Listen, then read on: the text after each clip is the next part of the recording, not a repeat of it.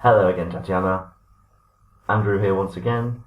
In this correction, I'm going to go over some general guidelines as to what's required in IELTS academic writing, and then go through sentence by sentence. So first of all, in your intro, remember the things that are required are that you fully discuss the question, that you give your opinion, because this specifically asks what you think. So it requires your opinion, and then we must also briefly discuss the ideas that we will raise in our body paragraphs. So here, in recent years, a gap year before college has been a debatable issue. Cool. Although some individuals believe that students should have work experience after high school, I cannot agree more with the fact that a gap year detracts, let's say. To take away from is to detract. That a gap year detracts from career and personal development. And what are we considering in our body paragraphs? So given that we're discussing finance as well as motivation,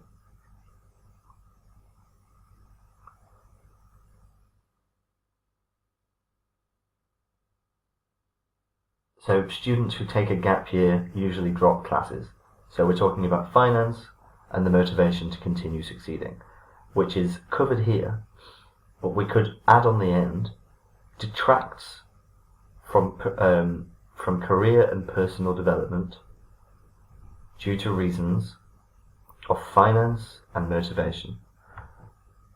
The reason I add that on the end is, like I said in your intro, it's good to briefly discuss, it is necessary to briefly discuss the reasons or the ideas that you will raise in your body paragraphs. And then in your body paragraphs, we only need to discuss those specific ideas that we have already raised in the intro. So the intro not only lets the examiner know what you will talk about, but it allows you to look back up and see exactly what you should be talking about. And then you know how to not go off topic. Because going off topic, including unnecessary information, will lose points. So to begin with, nowadays, education acts as a precursor for a better job. This is due to, let's say, increased competition. This is due to increased competition in modern society. Case in point, high school students are usually paid minimum wage. Minimum wage is the collocation, not wages. High school students are usually paid minimum wage, while a university degree doubles. We're going to have to say here, while on average a university degree doubles a person's pay. Doubles a person's pay.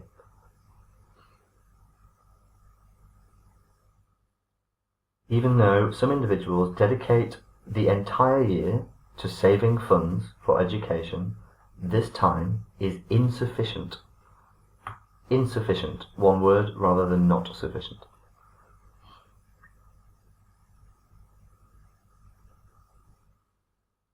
Thus, finances become a primary reason that students pull away from their desired career. Furthermore, many individuals of this age, or at this age, either's fine, are not aware of what they want to do in life. So parents are hoping... One sec, I'm having trouble seeing.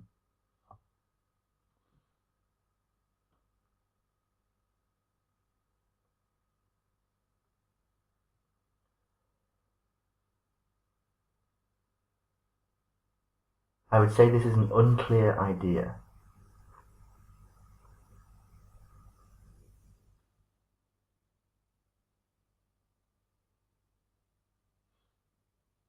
So I think what we're talking about is that some individuals who have not decided what to do with their life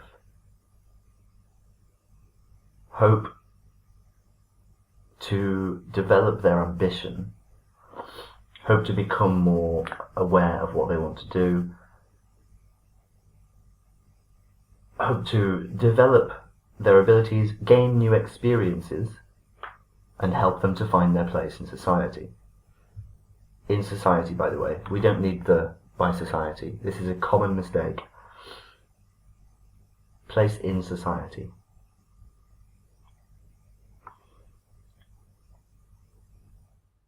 So we could say, while this may be a positive experience for some, in many cases it leads the students away from the school experience.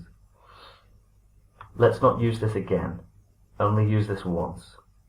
Try not to repeat yourself at all. So, for example, a recent study showed that 60% of students who take a gap year, so we don't need these commas. A recent study showed that 60% of students who took a gap year, if it was a study, it must have been in the past, so 60% of students who took a gap year dropped classes during the first year of college.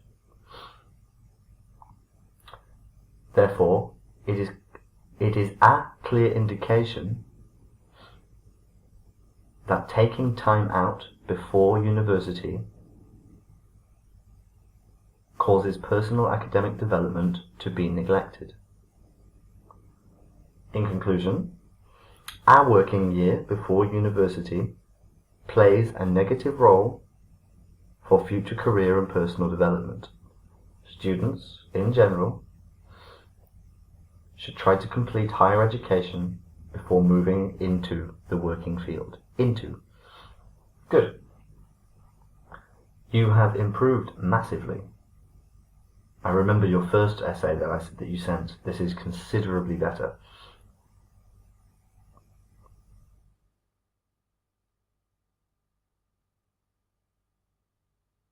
So your idea throughout is clear. You believe it is worse for students to go to work before university, which is not what other people argue, but I'm with you there.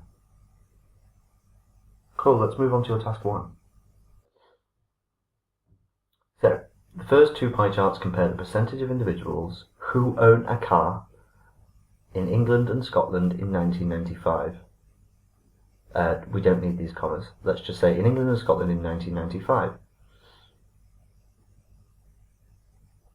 The table, and then just full stop, and then the table illustrates the sales of VW cars within a period of 8 years from 1990 to 1998.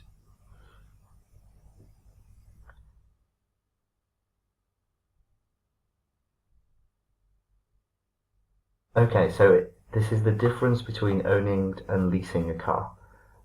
So this needs to be included in here.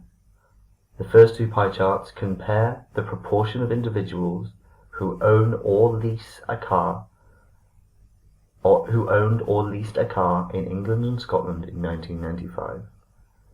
The table illustrates sales of VW cars within a period of 8 years from 1990 to 1998. And then when we get to this bit, we expect this. So according to the pie charts, in England, there was an equal number of people, or no, actually, an equal proportion of people owned and leased cars at 35% each. On the other hand, the percentage of individuals who bought a car in Scotland was considerably higher when compared with the individuals who leased, at 65% and 15% respectively. So that just needs changing around a bit. At 65% and 15% respectively. In addition, sharing a car was not so popular in 1995.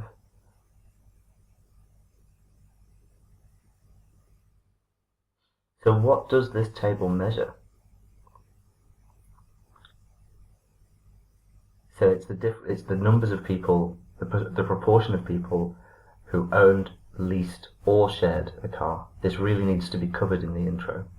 We need to describe the graph fully in the introduction.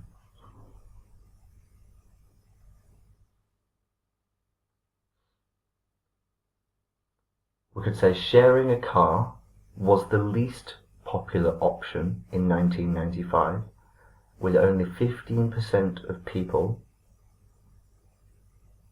doing so in England and 20% in Scotland. So once again, you've used on the other hand there, so don't use it again there. We could just leave that out actually.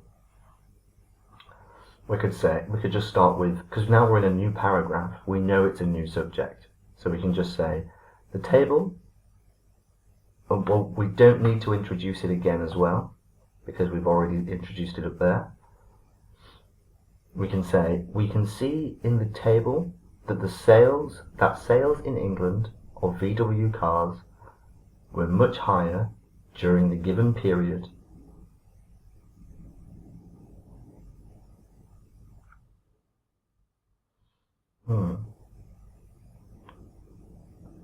Is it higher than in Scotland? Okay, so let's start by saying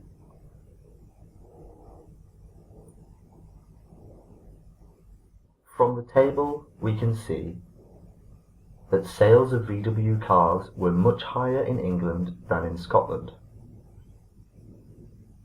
During the given period,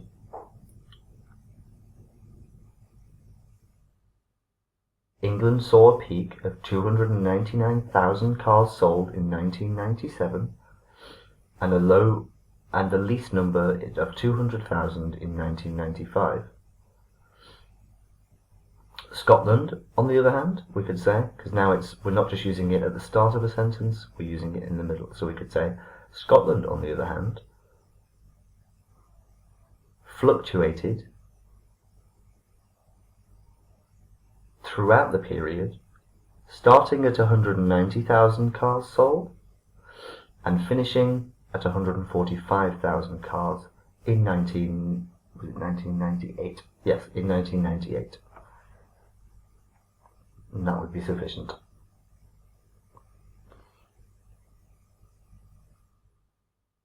I think your task 1 needs more work than your task 2, but only a little bit. I think you're coming along nicely, and I think you're almost at the point where you can confidently walk into your exam and know that you're going to do well. Let's keep this moving. I'll send this over to you now. Get your answers back to me as quickly as possible, and I'll get back on your work. Thanks again, Tanya. Speak soon.